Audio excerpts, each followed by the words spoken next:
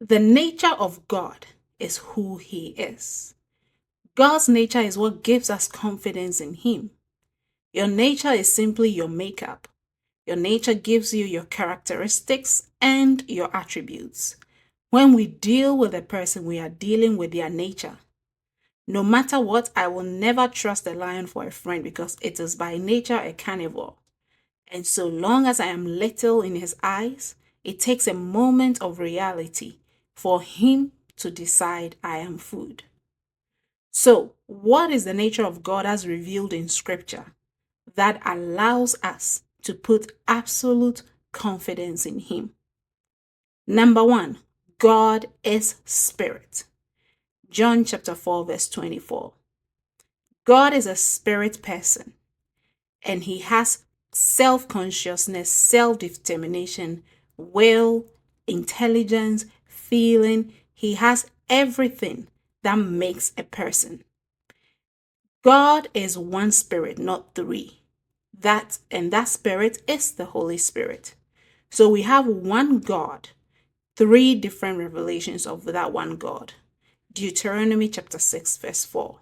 It says, "Hear ye, O Israel, the Lord thy God, he is one." So, who is this God revealed in three different personalities to us? Number one, God is revealed as Father. God is also revealed as the Word who became flesh and was called the Son of God, and his name was Jesus. And we have God revealed to us as the Holy Spirit. Number two, God is light. 1 John chapter 1, verse 5. Light is absolutely pure. Light is not defiled. Light is immortal. Number three, God is love. God does not have love. Love is a person, and that person is God. Love is a person manifested to us, and that person is Jesus. Now, when we talk about the love of God, that's where we get the attribute of God's goodness, the attribute of God's mercy, the attribute of God's forgiveness, God's loving kindness flow out of his love nature. The last point, God is a consuming fire. Now, fire speaks about deliverance. It also speaks of his power.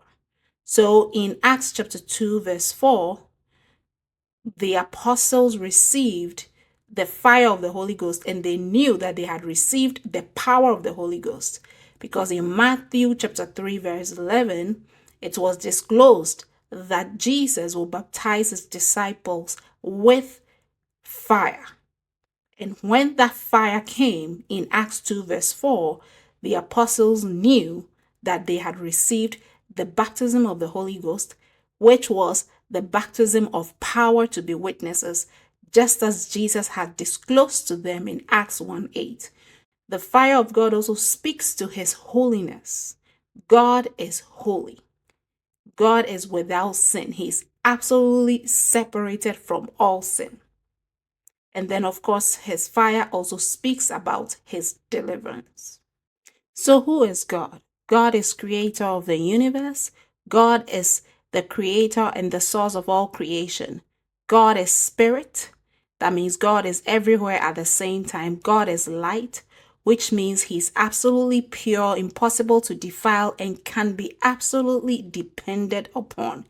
He is invisible and he's eternal, forever, changeless.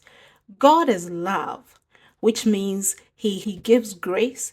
He is kind, he is merciful, he is good, and he saves, and he can be depended upon. God is a consuming fire. He is holy. He will keep his covenants. His judgment against sin will never change from generation to generation. His word that has come out of his mouth will endure forever. In short, God Almighty is perfectly God, perfectly capable, perfectly awesome, perfectly dependable, perfectly trustworthy. You can take his word to the bank. On that premise, you start to build your faith. on everything else that the Bible says. I hope this blessed you. Thanks.